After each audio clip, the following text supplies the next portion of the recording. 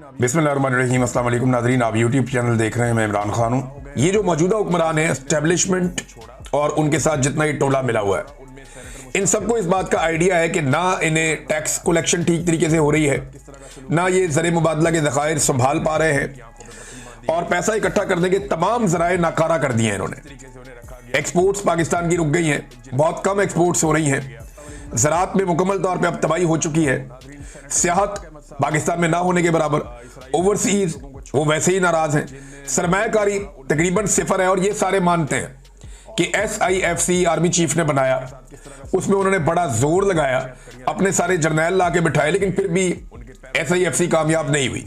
वो एक सफेद हाथी है और उसमें किसी किस्म की कामयाबी पाकिस्तान को नहीं मिली। लॉ एंड ऑर्डर की और अमन अमान की सूरत हाल इंतहाई खराब है, उसके बारे में हर दूसरे दिन रिपोर्ट्स आती हैं। अभी खैबर पख्तूनख्वा के बारे में एक रिपोर्ट आई है, दहशतगर्दी के 605 वाकयात हुए हैं 8 महीने के दौरान खैबर पख्तूनख्वा में, 605 वाकयात और 138 शहरी इसमें जाँ बहक हो गए, शहीद हो गए। इसी तरह बलूचिस्तान के अंदर तो नो गो एरिया बन गया है। तो ये कैसे मुल्क चलेगा? ये सिर्फ कर्जों पे चलेगा। ये कर्जे हासिल करते जाएंगे क्योंकि इन्होंने वापस नहीं करने। ये रिटायर होकर भाग जाएंगे पाकिस्तान से, ये यहां पाकिस्तान में रहेंगे ही नहीं।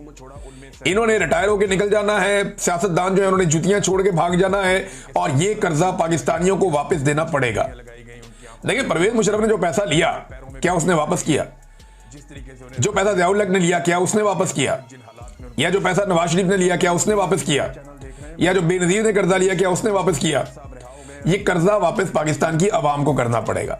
और जो कर्जा ये लेते हैं, वो कर्जा अगर आवाम के ऊपर खर्च होता तो आज दिखाई देता, पाकिस्तान कहीं से कहीं पहुंच जाता।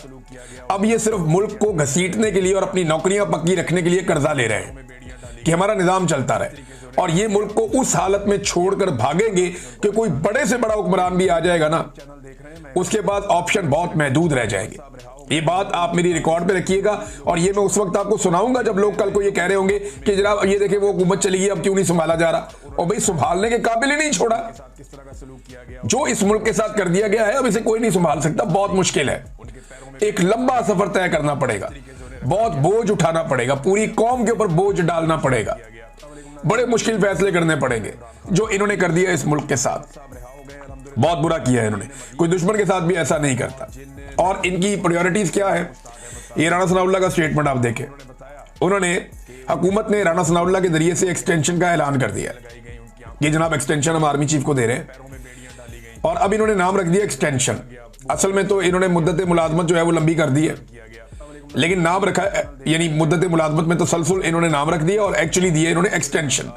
तो मौजूदा आर्मी चीफ को भी बाकी आर्मी चीफों की तरह ये शौक था कि उनको एक्सटेंशन मिले, लिहाजा हाफिज सैयद आसिम मुनीर साहब जो फील्ड मार्शल हैं, उन्होंने एक्सटेंशन अब ले लिए और अब उनकी मुद्दत मुलाजमत राणा सनाउल्लाह की बकौल 5 साल है। और वो ये कहते हैं अगर कोई डिजर्व करता है कि उसको एक्सटेंशन दी जाए तो वो आसिम मुनीर साहब हैं, फील्ड मार्शल साहब हैं, और उनको तो 2027 के बाद भी रखना चाहिए।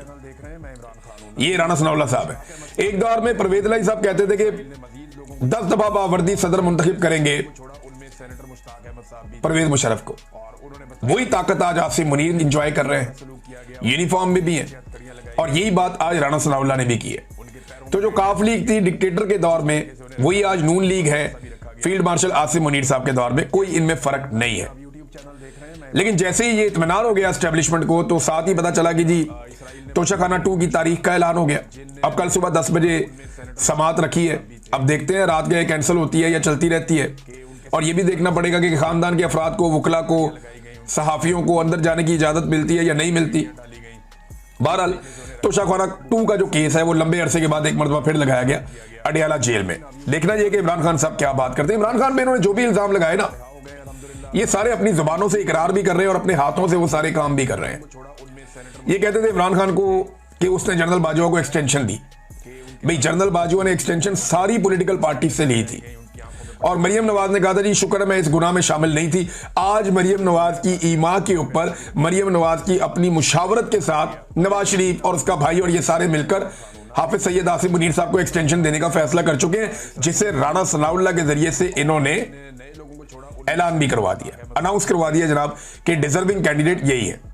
यही लोग काजी फायद ईसा के बारे में भी यही कहते थे कि इससे बेहतर जज कोई नहीं है, सबसे डिजर्विंग यही है, इसको आगे बढ़ाना चाहिए। फिर देखा कादी फायद ईसा साहब अब हुलिया बदल के फिरते हैं। कादी फायद ईसा साहब जो है वो पब्लिक में नहीं आ सकते, लोगों को मुंह दिखाने के काबिल नहीं रहे। जनरल बाजवा कहीं पब्लिक के बीच में नहीं जा सकते, मुंह दिखाने के काबिल नहीं रहे। अभी जनरल नदीम अंजुम रिटायर हुआ, तजर्बे के तौर पे निकालो कहीं बाहर पब्लिक में उसे, तो आइडिया हो जाएगा कि मुंह दिखाने के काबिल नहीं रहे। तो हालात ये है कि इस तरह के लोगों का ऐसा ही अंजाम होता है। जो लोग अवामी उमंगों के खिलाफ मुल्क को घसीटने की कोशिश करते हैं या लोगों को अजियत देते हैं, उन लोगों का अंजाम ऐसा ही होता है। इनका वक्त होता जरूर है, ये मौजें बहुत करते हैं, लेकिन वक्त थोड़ा होता है और एक दिन आता है वक्त खत्म हो जाता है। जजेस नाजरीन आहिस्ता आहिस्ता जो है वो हौसला कर रहे हैं, खड़े हो रहे हैं। अभी कुछ स्टेटमेंट जो हैं वो अतर मिनुल्लाह साहब के आए हैं, मैं ये आपके सामने रख देता हूं चंद स्टेटमेंट्स उनके। अतर मिनुल्लाह साहब ने कहा कि इस मुल्क में आइन की बालादस्ती और कानून की हुक्मरानी नहीं है, बल्कि अशराफिया की अजारादारी है, क्योंकि यहां आईनी गवर्नेंस नहीं है। पाकिस्तान बनते साथ ही पाकिस्तान तोड़ने की बुनियाद रख दी गई, और ये बात मैं नहीं कर रहा, ये किताबों में लिखा है। उस वक्त के एयर चीफ मार्शल की किताब में ये बात लिखी है। जनरल ज़िया-उल हक ने कहा कि हमारी अदलिया आजाद है, फिर उसी अदलिया ने भुट्टो को सूली पर चढ़ा दिया। 40 साल बाद अदलिया ने तस्लीम किया गलती हो गई, माफी मांगी, लेकिन सजा किसी को नहीं हुई। बदकिस्मती से जज इस्तेमाल हुए। जनरल ज़िया-उल हक वर्दी में बैठा था, बीबीसी को इंटरव्यू देते हुए कह रहा था कि भुट्टो केस की अपील में सुप्रीम कोर्ट में है, अदलिया आजाद है, जो फैसला देगी कबूल होगा। और फिर अदलिया ने भुट्टो शहीद को सूली पर लटका दिया। इसी बेंच के जजेस ने बाद में कहा दबाव था। 40 साल बाद सुप्रीम कोर्ट ने भुट्टो केस में अपनी गलती तो तस्लीम की, मगर सजा किसी को नहीं हुई। उस वक्त सजा सिर्फ भुट्टो को नहीं मिली, उसके साथ इस मुल्क की आवाम थी, जिसके साथ मिलकर भुट्टो शहीद अशराफिया से लड़ रहे थे, और जजेस ने खुशी से खुद को इस्तेमाल होने दिया। आज इमरान खान उसी जगह पे खड़ा है, लेकिन जजेस जो है वो इसी तरह आलाकार बने हुए हैं, इसी तरह सहूलतकार बने हुए हैं। बल्कि इन्होंने ये भी कहा कि हाइब्रिड निज़ाम के बारे में भी जज ने बात की कि हाइब्रिड निज़ाम जो है वो अमरीयत है। एक तरफ ख्वाजा आसिफ कहते हैं मुल्क में हाइब्रिड निज़ाम है, दूसरी तरफ अतर मिनुल्लाह साहब कहते हैं कि ये तो आमरीयत की एक मिसाल है, आमरीयत है। और एक्चुअली तो आमरीयत ही चल रही है ना पाकिस्तान में, और क्या चल रहा है। वैसे इसमें एक चीज़ और बड़ी इंटरेस्टिंग हुई कि जब जज साहब बात करते रहे जजों के इस्तेमाल होने पे, तो वकला शेम शेम के नारे लगाते रहे, और वो कहते रहे कि जनाब शेम शेम ये चल रहा है। तो वकला को भी इस बात का इदराक हो रहा है, जजेस को भी हो रहा है। कुछ जजेस ने लेटर्स भी लिखे हैं। जस्टिस मुनीब और जस्टिस मंसूर अली शाह साहब ने भी बाकायदा कुछ हकायक सामने रखे। फिर इस्लामाबाद हाई कोर्ट के 2 मुअज़्ज़िज़ जज साहिबान ने भी हकायक सामने रखे खतूत लिखकर। तो जजेस को इस बात का इदराक है कि पाकिस्तान में अदलिया बहुत बुरी तरह कंप्रोमाइज हो गई है, और इस तरह मुल्क चल रहा नहीं है। देखिए सारे के सारे तबकात ही बहुत परेशान हैं, चाहे इदारे हों, चाहे सिक्योरिटी इदारे हों, चाहे ब्यूरोक्रेसी हो, पूरा का पूरा निज़ाम परेशान है और हैरान है कि ये मुल्क के साथ कर क्या दिया गया है, और इस तरह ये मुल्क चल नहीं सकता। अवाम के अंदर भी एक कैफियत है, बहुत परेशान है वो भी। तो सबको आइडिया है कि इसको धक्का देना पड़ेगा, निज़ाम के इस हिस्से को, इस नासूर को हटाना पड़ेगा। अब पहल कौन करता है इस बारे में कुछ कहा नहीं जा सकता। अब तक के लिए इतनी, अपना ख्याल रखिएगा, अपने चैनल का भी अल्लाह हाफ़िज़।